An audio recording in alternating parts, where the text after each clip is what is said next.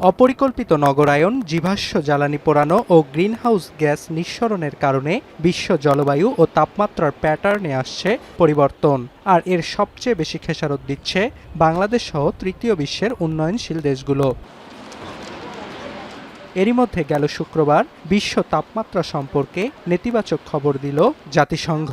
সংস্থাটি বলছে 2026-এর মে নাগাদ ফিরে আসতে পারে সুপার এল নিনো, যা ভেঙে ফেলতে পারে আগের সব বৈশ্বিক উষ্ণতার রেকর্ড। এছাড়াও বৃষ্টির প্যাটার্নে আসতে পারে উল্লেখযোগ্য পরিবর্তন।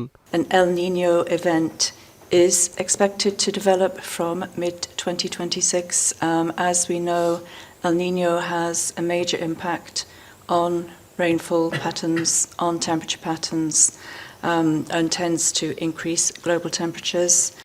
এল নিনো মূলত প্রশান্ত মহাসাগরের উষ্ণ জলপ্রবাহের একটি পর্যায়। এটি মধ্য ও পূর্ব প্রশান্ত মহাসাগরের সমুদ্রপৃষ্ঠের তাপমাত্রা বাড়িয়ে দেয়।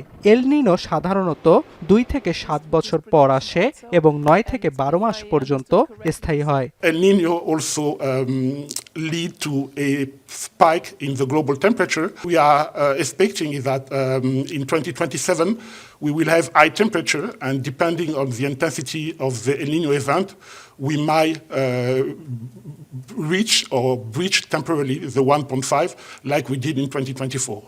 এছাড়াও এল নিনোর কারণে আফ্রিকা ও আমেরিকা মহাদেশের কিছু অঞ্চলে প্রবল বৃষ্টিপাতের আগাম পূর্বাভাস দিয়েছে বিশ্ব আবহাওয়া সংস্থা।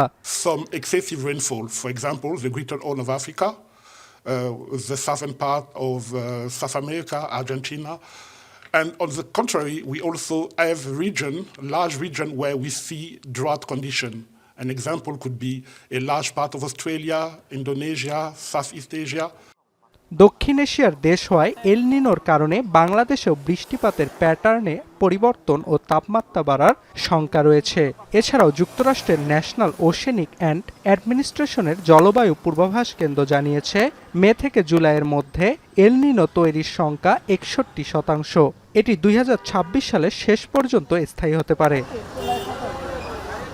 এর আগে এল নিনোর কারণে 2024 সাল ছিল ইতিহাসের সবচেয়ে উষ্ণতম বছর। সে সময় বৈশ্বিক গড় তাপমাত্রা 1.55 ডিগ্রি সেলসিয়াস পর্যন্ত বেড়েছিল।